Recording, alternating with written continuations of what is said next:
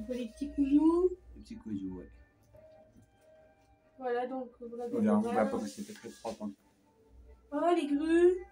Les chansons. Ah ouais. Marabout. Une grue peut-être. Oh, la musique.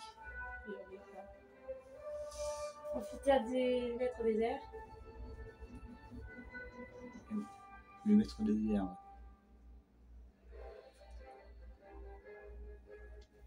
Ah, des éléphants là-bas au bout. On les voit pas trop. Si, on les voit quand même. Oh, elle est trop bien la télécabine. Et ouais. La musique est belle. Des restaurants en bas, tu vois. Les restos. On voit les animaux. Les grandes volières sud-américaines. Mmh. Qui vont être quand c'est pas autant qu'elle est dessus. L'année dernière. Ouais. Alors, les otaries qu'on voit de là. Ouais, c'est pas encore un spectacle, c'est pas encore. On ira tout à l'heure hein, pour les présenter. Et oui, on les voit pas dessous. Je vois des éléphants, je crois, mais je suis pas sûre. Mmh. Moi, je vois des animaux loin. Ah, regarde, on les voit petits otaries là-bas. En bas? Tu vois petit qui se balade là. Ah oui! Ah, tu vois là. Tu vois là. Oh!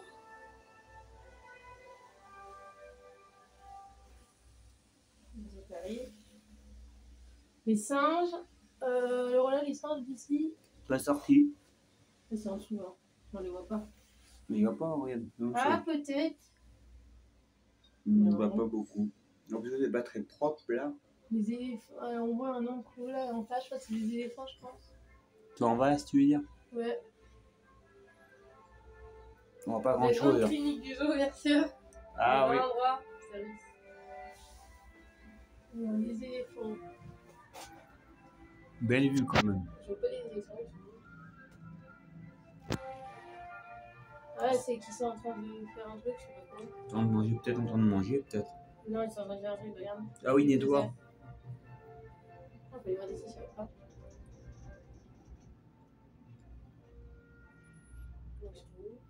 Ah oui, je sais pas. Tiens, on les voyait bien pourtant. Ils sont en train de manger, peut-être pour ça. On arrive bientôt à la fin des cabines.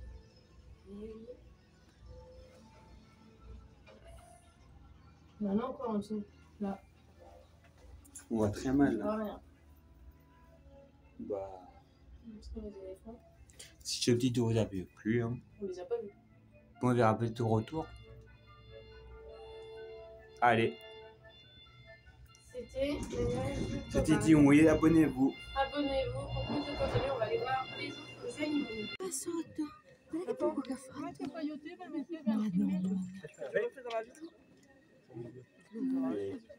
Moi, c'est ma deuxième fois ici. C'est vraiment beau ici, non? Tu tombes dedans, le spectacle des oiseaux, tu ne peux pas rater. Ah, lui, la musique è Ma quelli che guardava per aria era troppo bello. il est à 11 mais C'est trop ça pue dans ma fille. Dans l'Inde. Il est trop chou. Le panda géant est un animal solitaire. C'est pourquoi vous observez Huan et Yanze, nos deux adultes, dans des enclos séparés. Les pandas ne se rencontrent qu'au moment de la reproduction. Et ce n'est pas une chose simple chez les pandas. En effet, les femelles sont en chaleur durant environ 3 semaines dans l'année et sont réceptives au sein de ces 3 semaines seulement pendant 2 ou 3 jours. Tout comme l'ours brun ou l'ours blanc, le panda géant appartient à la famille des ursidés. Et chez ces animaux, il existe un phénomène biologique particulier nommé ovo-implantation différée. Cela signifie qu'une fois que la fécondation a eu lieu, le développement de l'embryon se met en pause, alors qu'il est encore minuscule et qu'il ne compte que 8 cellules. Cette pause dure de 6 semaines à 4 mois et demi. Elle est naturelle et décale la naissance vers la période la plus favorable pour la survie du bébé, c'est-à-dire généralement au mois d'août et septembre. Il n'arrête pas de manger. Ensuite, le vrai développement du petit débute. La gestation est très courte chez ces animaux. Le petit n'a qu'une 50aine de jours pour grandir dans le ventre.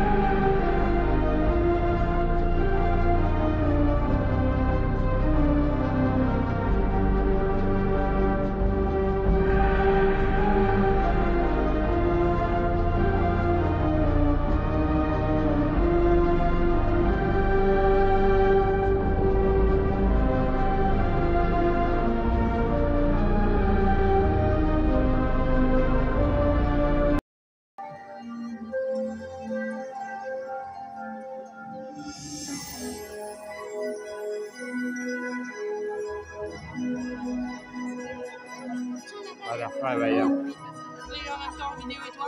Et la reine. Elle est toute proche.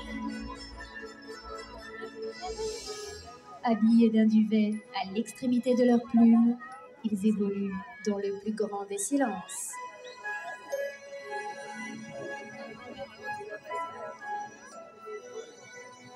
De la tête. Regarde comme c'est beau. De la tête, regarde. Un petit là. C'est petit. Ah, il y a un petit il a volé. Dans les gradins, observons le grand-duc de Sibérie. Rapace nocturne le plus imposant au monde, il peut s'attaquer à des proies de la taille d'un renard.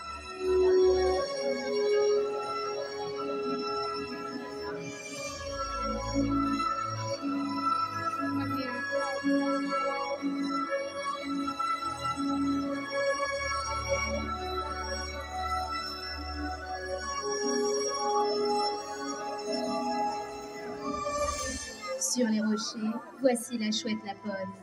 Par son impressionnante ouïe, elle détecte le moindre animal, même sous une épaisseur de neige d'une cinquantaine de centimètres.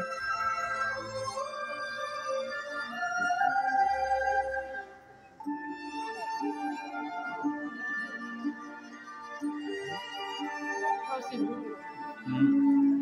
Trop beau.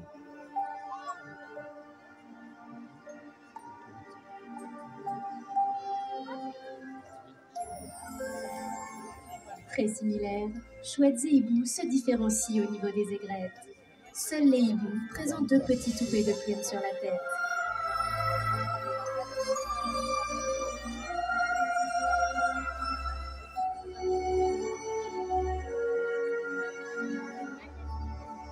L'oiseau, c'est là.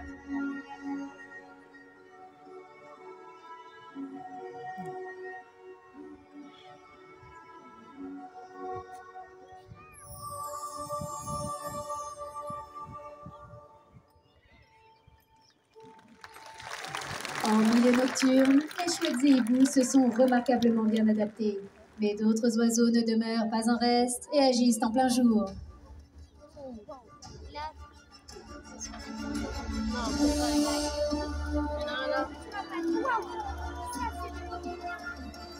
Caracara. Ouais, il est beau. Ouh, j'en ai un qui est sur la carte.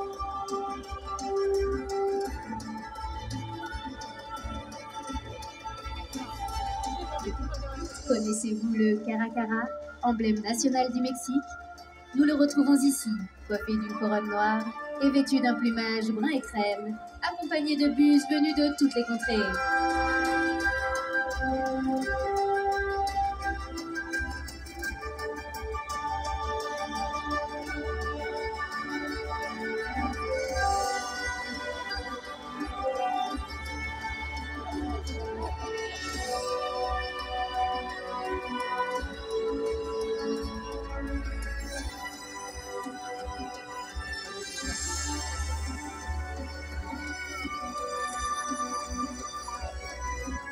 Il est passé très interdit.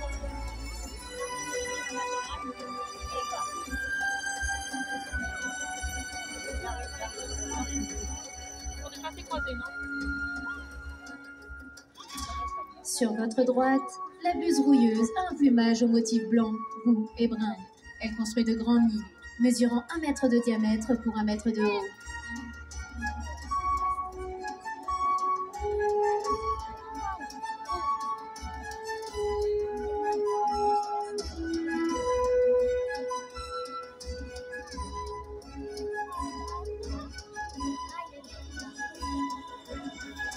Sur votre gauche, en haut des gradins, la buse de Harris a un plumage brun et le bout de la queue blanc.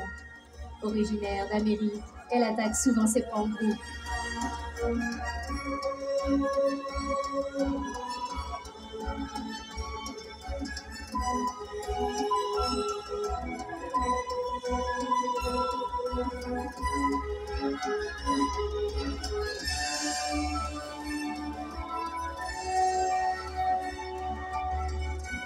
Composées de 4 doigts, les pattes des rapaces, appelées cernes, sont des armes redoutables pour tuer efficacement les proies.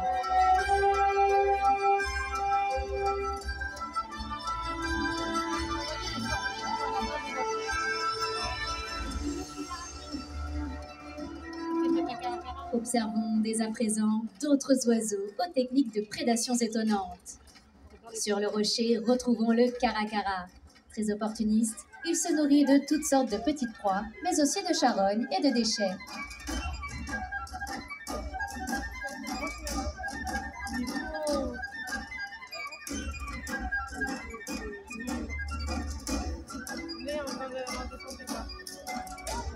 Le Kariama, quant à lui, est un fantastique coureur, atteignant des pointes de vitesse de 30 à 40 km/h.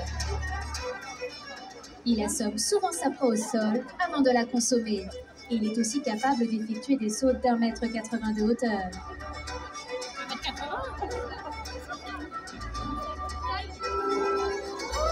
Et voici le rôlier à ventre bleu. Bien qu'il capture principalement ses proies au sol, il est tout à fait capable d'en attraper en plein vol.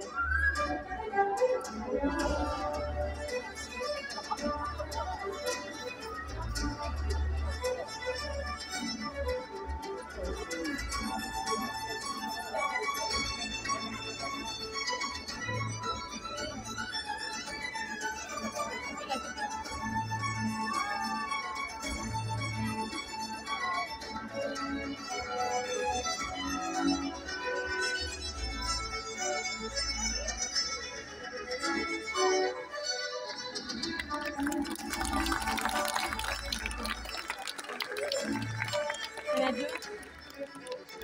Il y en a là.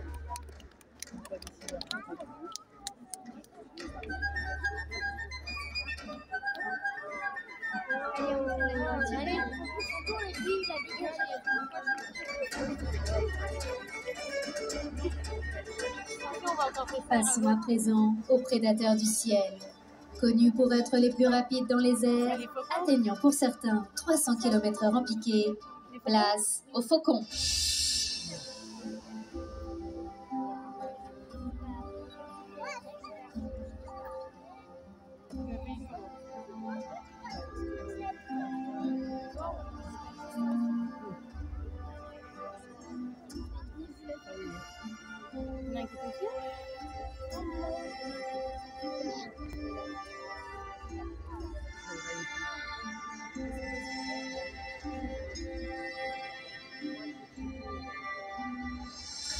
Afin de vous présenter ses prouesses, le soigneur stimule l'oiseau à l'aide d'un leurre, petit support de cuir sur lequel est fixée une récompense. Ces oiseaux sont capables d'attraper leur proie dans les airs. Cette technique permet ainsi de recréer leur comportement naturel.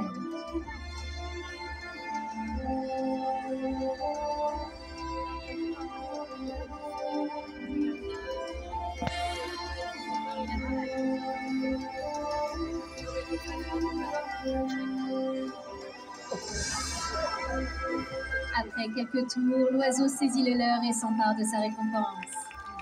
Le soigneur laisse alors au rapace le temps de déguster sa proie.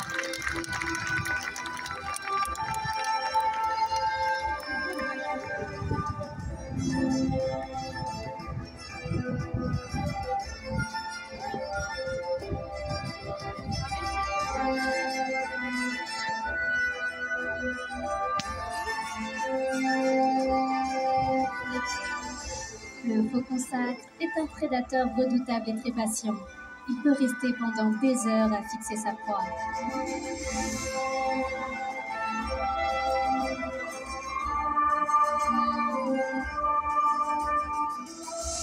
Pour attirer les femelles, lors de la période de reproduction, les mâles se livrent à des démonstrations aériennes spectaculaires.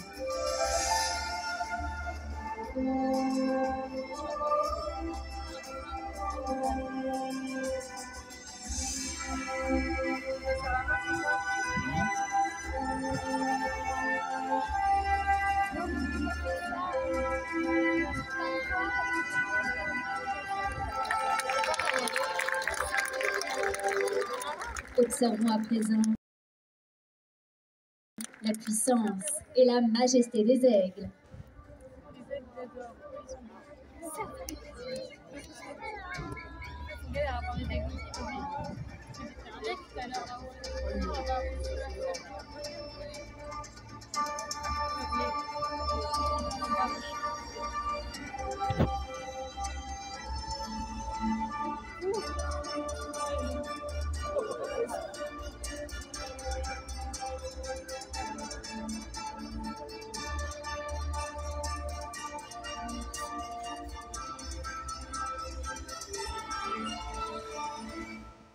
Acrobate, lors des vols nuptiaux, tel un funambule, l'aigle bateleur doit son nom aux termes décrivant autrefois les saltimbanques et autres artistes de rue.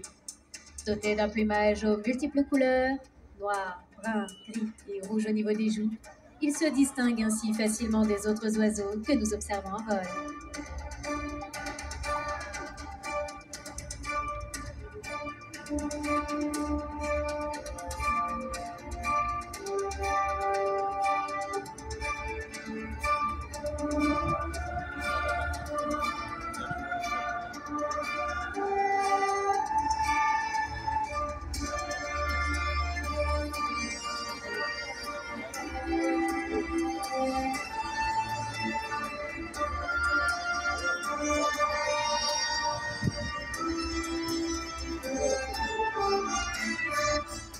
Autre rapace présent en vol, accoutumé des attaques au sol, nous observons l'aigle des steppes, au plumage marron et au bec et aux pattes jaunes. Placé en embuscade, il capture certaines proies à la sortie de leur terrier.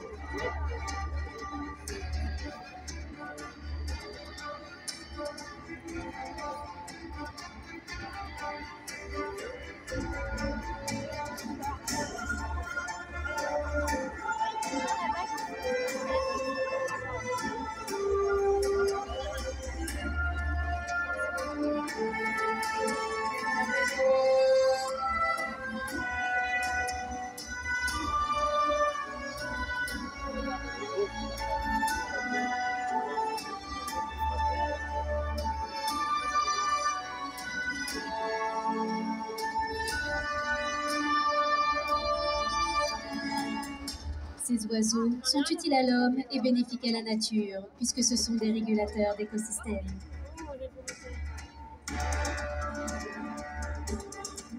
Droit devant nous, observons le plus grand et le plus puissant des aigles de notre planète, le pigargue de Stellaire.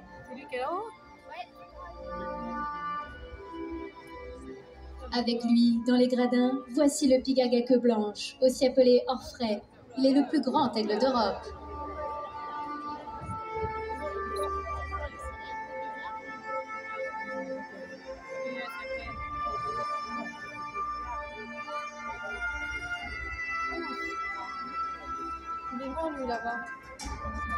Le pigargue de Stellaire est doté d'une envergure impressionnante, pouvant atteindre 2,45 m.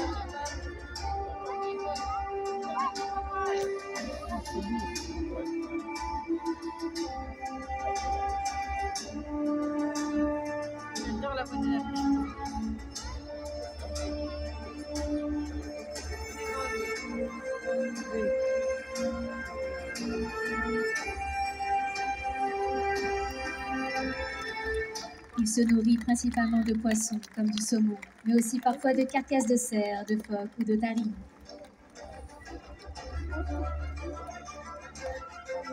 J'étais où?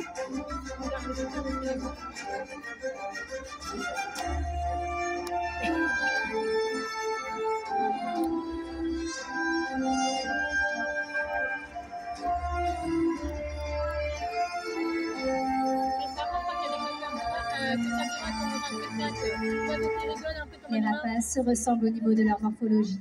La partie supérieure du bec est toujours plus longue. La pointe incurvée vers le bas comme un crochet, elle permet de découper les proies en morceaux. Voici le pigargue à tête blanche. Il est l'emblème des États-Unis. Son cri était autrefois considéré comme chant de liberté par les patriotes lors de la Révolution américaine.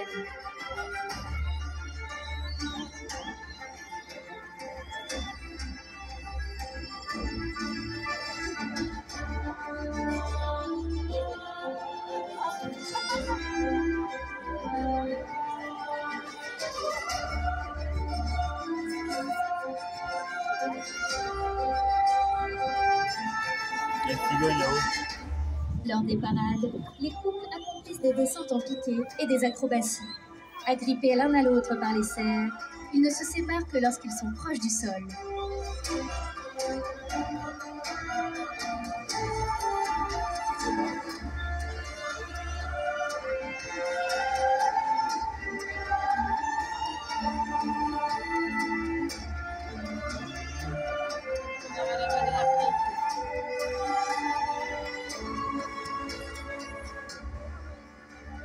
Au-dessus du bois, observons le pigargue vocifère, symbole de la Zambie.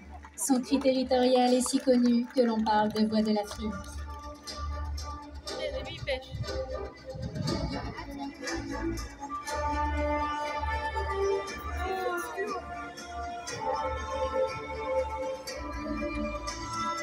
Certains oiseaux fascinent, tandis que d'autres ne suscitent pas toujours la même sympathie.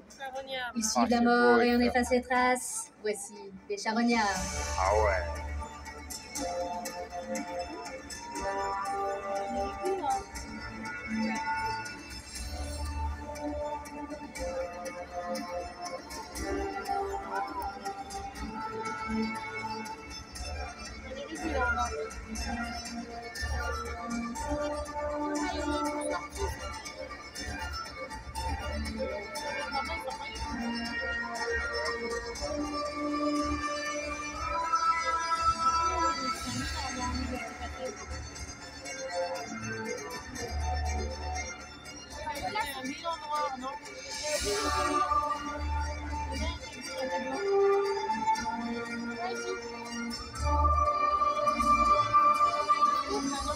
Accompagnant ces rapaces, nous apercevons les marabouts, qui se nourrissent eux aussi de restes d'animaux morts. Au lointain, de grands vautours nous rejoignent.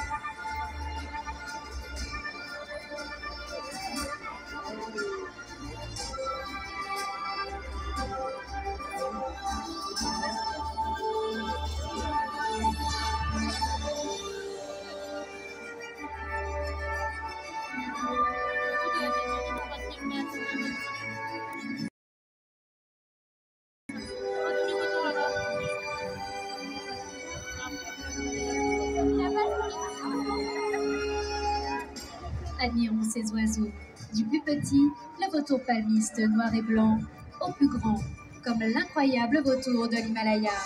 Mais le plus imposant de tous reste cet oiseau, au plumage noir et gris, habillé d'un collier blanc, le condor des Andes.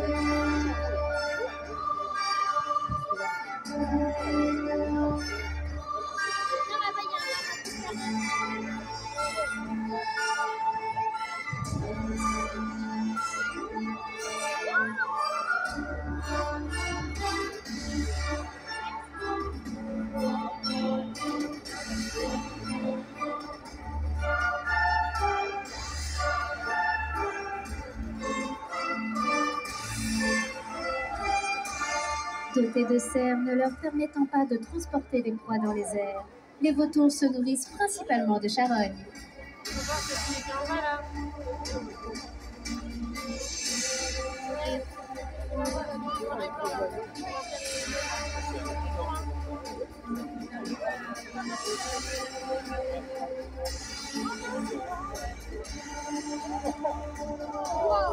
Et quoi? C'est des sociétés des personnes. C'est derrière? Et pas aussi des personnes. Ah, tu vas voir. Allez. Au cou et à la tête recouverts d'un fin duvet, ils sont capables de fouiller le fond des carcasses sans salir leur plumage. On va faire des vidéos et tout pareil.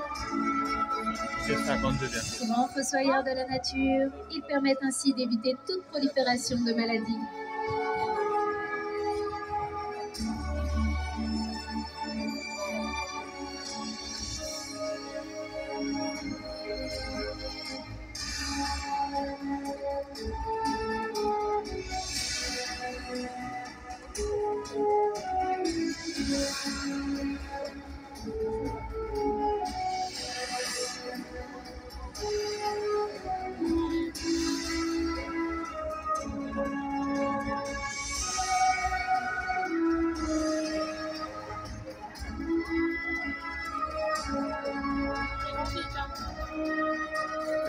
là-haut. On est là-haut. Ouais, il manque 46 13 pour faire un peu. Après le vol planant des charognards, observons des oiseaux dotés d'une grande aisance dans les cieux. Place au Milan. Ah non, c'est bien. Ouais, les Milan. Je vois la dame.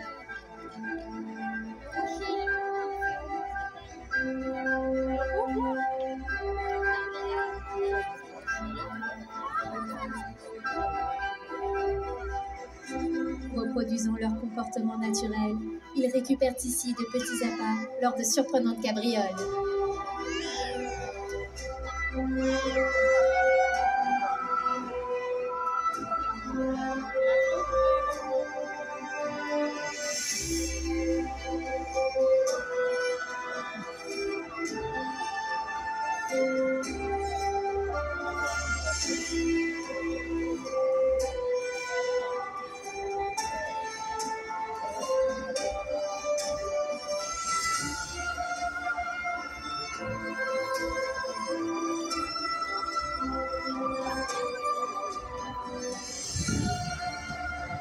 Il y a des drapeaux dans le dos aussi. Les sables. Oui, il y a de l'embouchure. Là-haut. Et profitons également de ce magnifique vol de perroquets, des petites amazones aux grands haras, sans oublier les superbes cacatoès. Oui, il peut venir là.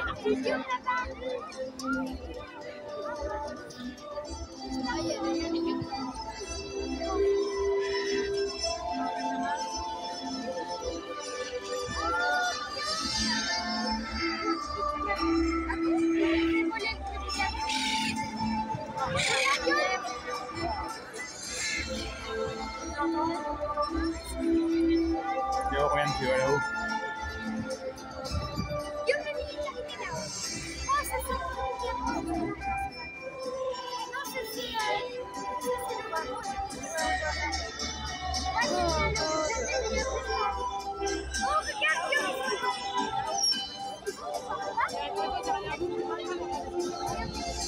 Et c'est avec grâce que d'autres géants du ciel nous rejoignent. Tour à tour, vous observez les ibis rouges, les cigognes blanches, les grues couronnées, les pélicans blancs et bien d'autres encore.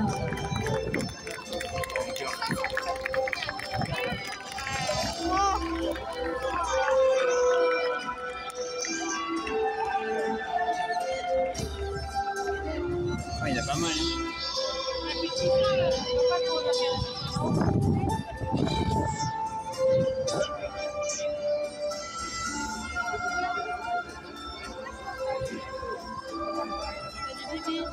Là.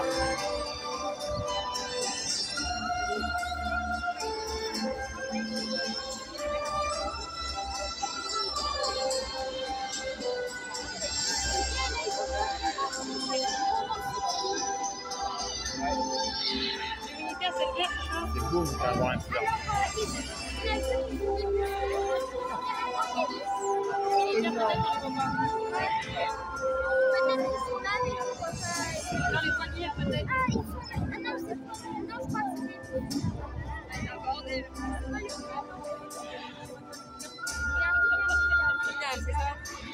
Ouais, c'est le final, ouais.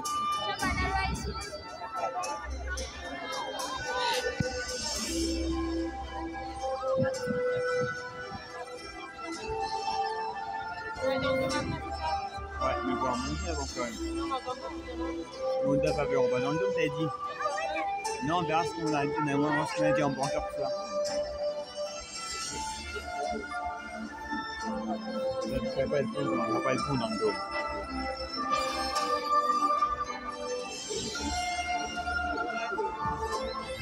Oui, les autres plans là-bas. Ça, c'est rigolo.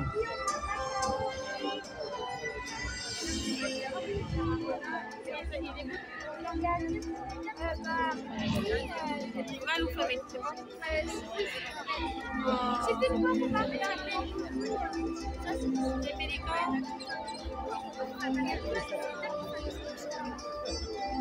Ouais? Ah oui. Il y a un petit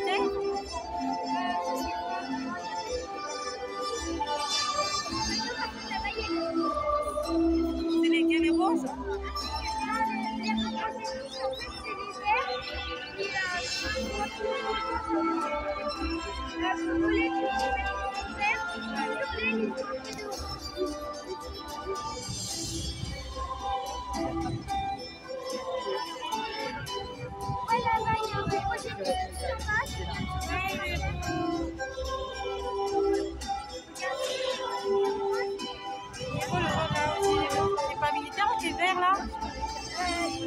symbole de liberté, chaque espèce joue un rôle dans le grand cercle de la vie.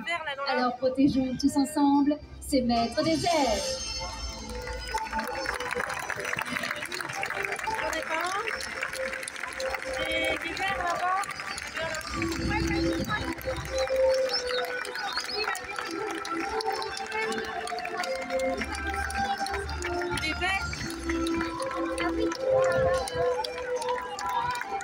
C'est lui là-bas, non? Les verts, là, qu'on voit, c'est bon, non? Ouais, c'est eux, non? Mesdames et messieurs, nous vous demandons de rester bien assis jusqu'à ce qu'un agent vous invite à vous lever pour vous orienter.